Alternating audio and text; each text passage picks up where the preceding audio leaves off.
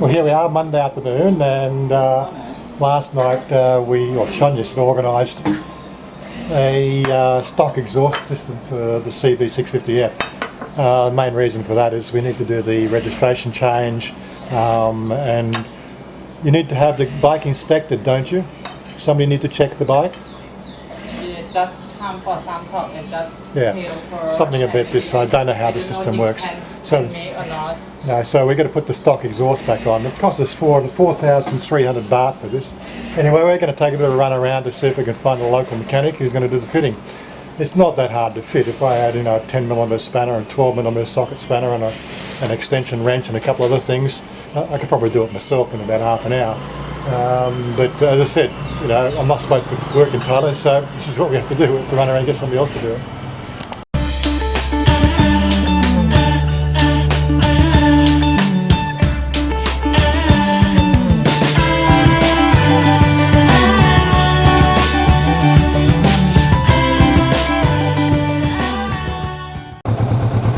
So of course the real question that it comes to my mind is, what's wrong with a telephone call to ask somebody? But then of course it just dawned on me the fact that most of these people don't really advertise. They don't have legitimate businesses that have a yellow pages per se, and somewhere you can just go to us the yellow pages and dial in up a number of your local representatives. It's really sort of word of mouth sort of type of trading in these local villages. So what she's doing now is she's just over here showing this guy here. This is the first one in our street that does motorcycle work. If he's going to fit the exhaust, and we're going to go on there's about 4 or 5 of these places just in our little village that do this.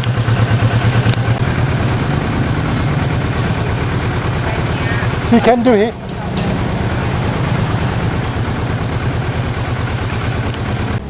What did he say he can do? Yeah, he can do. How long? Pardon?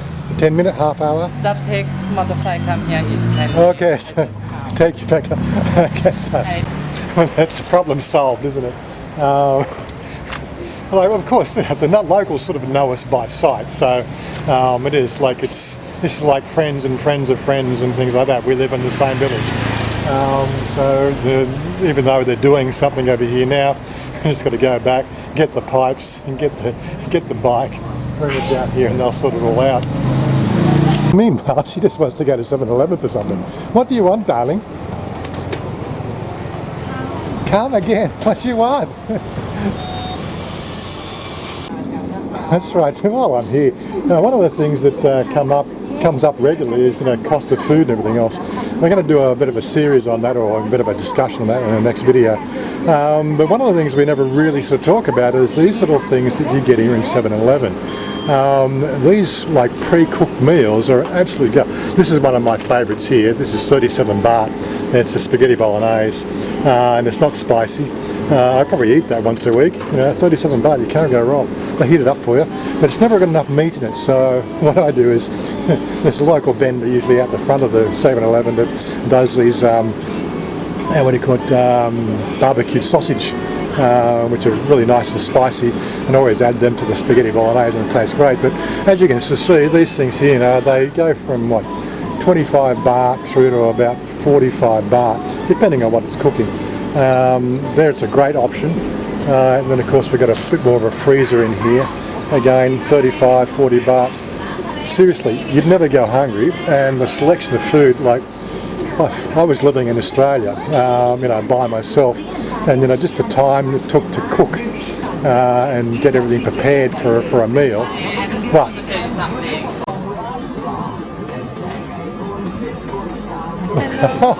Thank you, darling. I not want flour. No. I not want. It's okay. I not want flour. You want me to buy for you? Okay, you can buy for you. She's crazy. It's okay. I can just have Red Bull. Okay. Red Bull. Okay for me, darling. You can buy. Yes, as I said, grabbing meals in 7-Eleven, it's nice and convenient. Preheats. We've never had that sort of selection of food in Australia, especially, right, because I haven't eaten beef for 9 years. And when you're in Australia, like 80% of all the meals that you find in the frozen food section were beef derivatives. They really didn't cater to somebody who was, respecting the Buddhist religion, which I found really quite strange, because pork is actually quite a nice meal, no matter which way you cook it.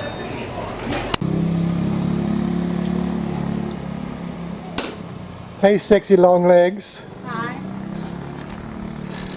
Calm. Yes, anyway, I've got the exhaust here. It's not light.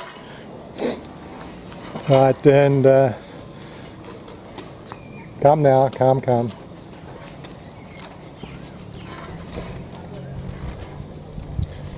I'm going to try a Thai trick here.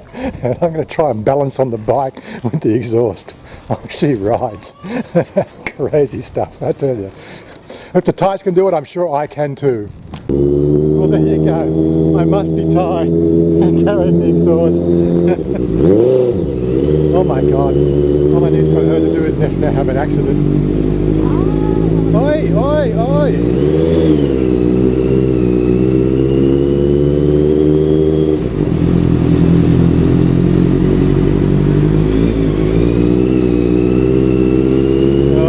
Okay. Probably too much wind noise here. Okay, I think we need to wait 5 minutes for the exhaust to cool down now. And here we are, we're just going to get the old one off, put the stock one back on, and then we'll be done.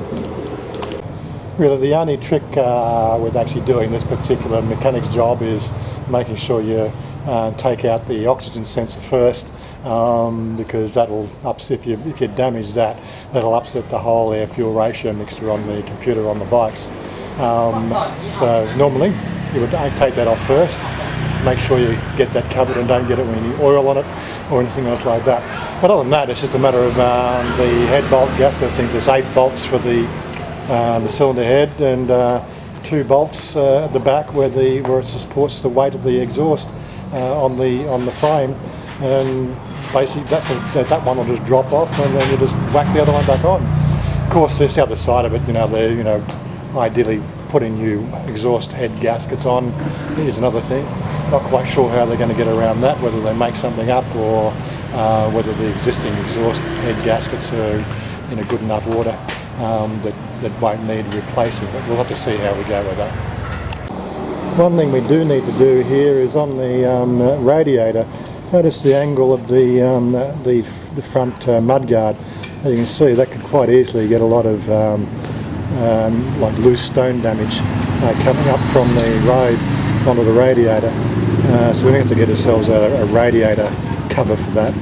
I know Thais don't think about it, they'd rather just destroy a radiator and buy a new one or something, I guess, but me, I'm a little bit more cautious with those sort of things. I could do the same thing with mine as well. I saw a price like $40 for them or something like that online. I think I can get a bit cheaper here in Thailand.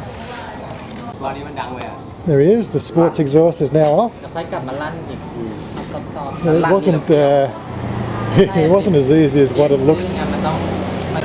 So I've already looked at some videos on how to change my exhaust, if I can find something that's sort of suitable and not costing like $1,500 to $2,000. God, like our exhaust, 44,000 baht. God, that's a fifth of the price of the bike. Yeah. Anyway, I'm having second thoughts about changing it to an Arrow, but I think there's a Mountain Man one I can get from the States for about $280. I've still got to do some searching around locally here to see what's suitable around here.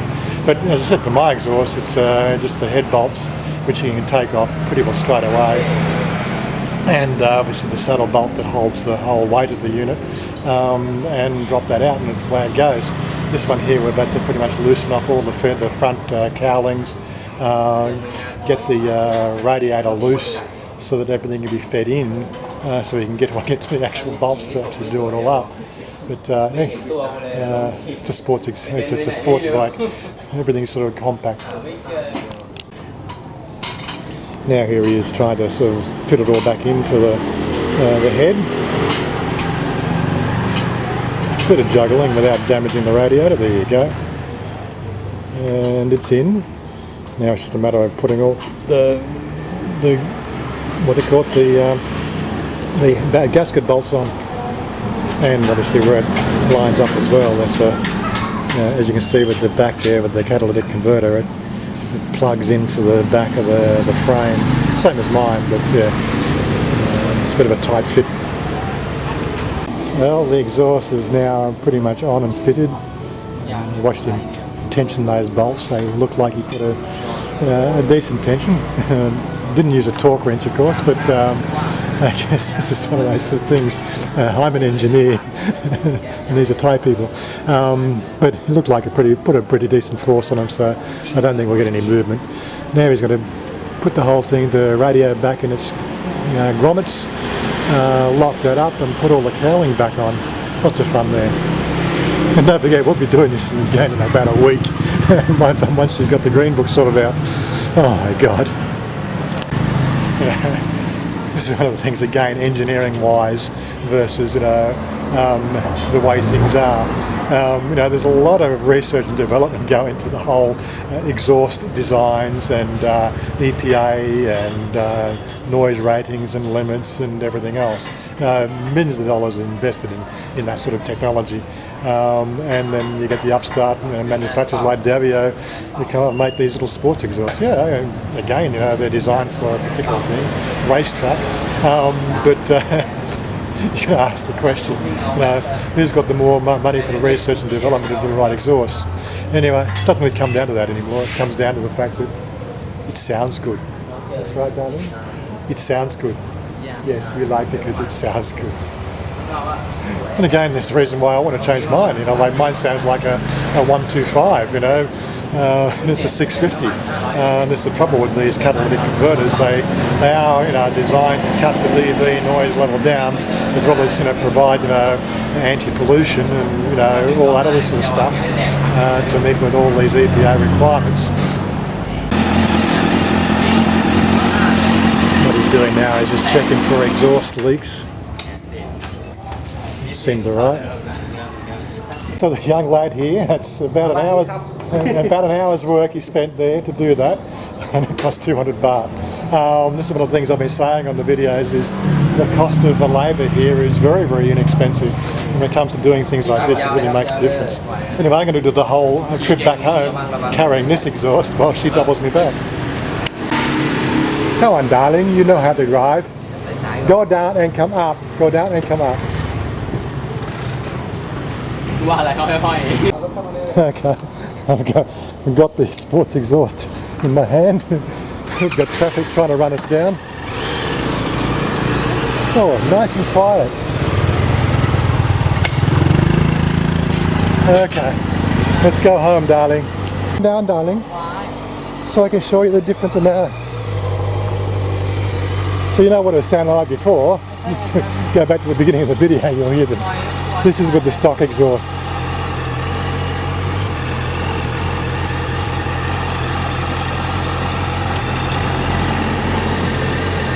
Okay. No, it's not my style, darling. It's okay, no half why. Okay, go now.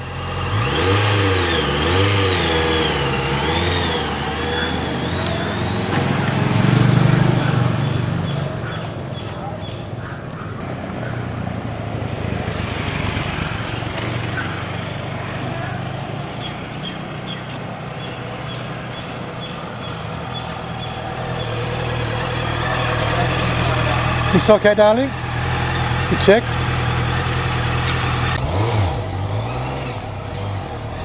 That's right, go high so I can get my bike in again.